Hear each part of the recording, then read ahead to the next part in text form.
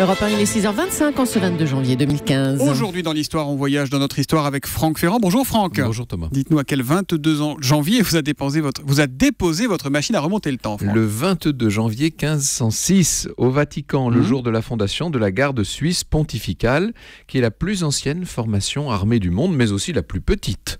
Ce jour-là, 150 hallebardiers vont traverser Rome, depuis la Porta del Popolo jusqu'au Vatican, en passant par le Campo dei Fiori. Vous imaginez le spectacle. Alors les gardes suisses, ils sont connus surtout pour leur folklore, leur bel uniforme très coloré, non ? Ah oui, il a toute une histoire, cet uniforme, qui n'a d'ailleurs pas été dessiné par Michel-Ange, comme on le dit, mais qui a été entièrement remanié en 1914, en fait. Il est vrai qu'on s'est inspiré à l'époque de fresques de Raphaël.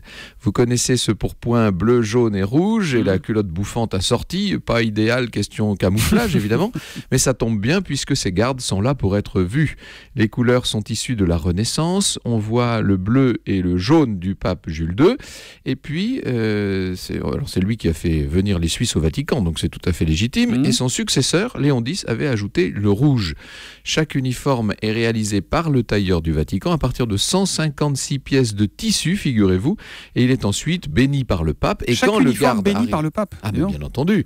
Et quand le garde arrive en fin de service, eh bien son uniforme est détruit au hachoir. Mais dites-moi Franck, ces fameux gardes suisses, est-ce qu'ils sont vraiment suisses ? Est-ce qu'ils viennent vraiment de Suisse ? Mais oui, bien entendu. Vous n'entrerez pas dans la garde et vous ne revêtirez pas ce bel uniforme si vous n'avez pas la nationalité helvétique et si vous n'êtes pas sportif, car même si la petite armée pontificale joue un rôle essentiellement décoratif, elle constitue un corps d'élite surentraîné. Vous devrez par ailleurs avoir moins de 30 ans, être célibataire, mesurer plus d'1,74 m et puis, ça se comprend, être de confession catholique romaine et jouir d'une réputation irréprochable. Ce qui ne met pas la garde suisse à l'abri des scandales. Rappelez-vous l'assassinat du commandant de cette garde en 1998 dans des circonstances troubles pour le moins, mais ça, n'est-ce pas, c'est une autre histoire. Ne remuez pas le passé, vous allez fâcher le Vatican, mon cher Exactement. Franck. L'histoire, on la retrouve avec vous tout à l'heure à 14h. On parlera de quoi ? On parlera du bel Axel de Fersen, qui était un comte suédois, vous savez, l'ami de cœur de Marie-Antoinette. Au cœur de l'histoire, c'est à 14h tout à l'heure sur Europe 1. Tout à l'heure, Franck. Bonne journée.